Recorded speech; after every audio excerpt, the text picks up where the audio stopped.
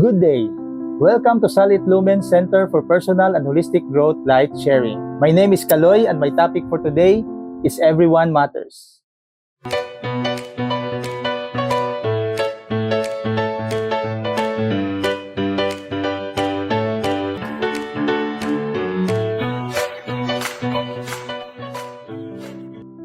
Everyone matters can be summarized in one word: value.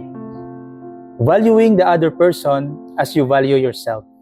Today, I will teach you 5 ways how to value other people. Number 1, practice active listening. Practicing active listening is making the other person feel that they belong and that you are ready for them, to support them, and to give them hope on what they are hoping for.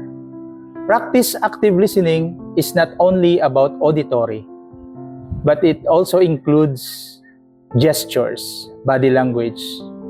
It also includes eye contact, making the other person feel that they are really valued and you are really there sincerely to listen to what they are going through. Number 2 is encouraging participation. To encourage participation, you have to be in a social gathering or in a small group and giving the other people the chance to speak their mind is also valuing them and showing them that they also matter. Number 3 is celebrating diversity.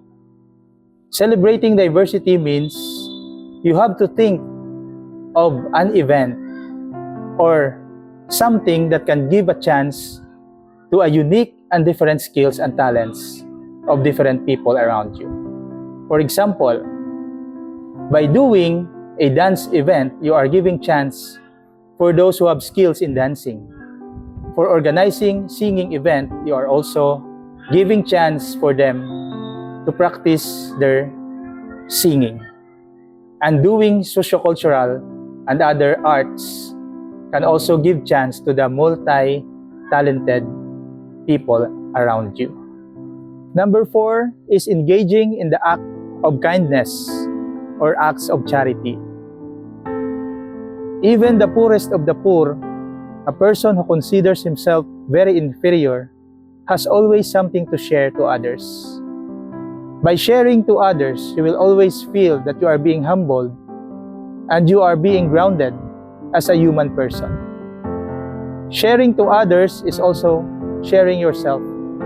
It is not only through material things, but also intangible things that can make the other person feel that we are and we have the purpose in this life. The number 5 is reflecting on your own impact. This is so important that we should always evaluate ourselves and how we impact with others. Introspection and intrapersonal evaluation is very important from day to day. We live not only for ourselves, that's why there's a saying, no one is an island.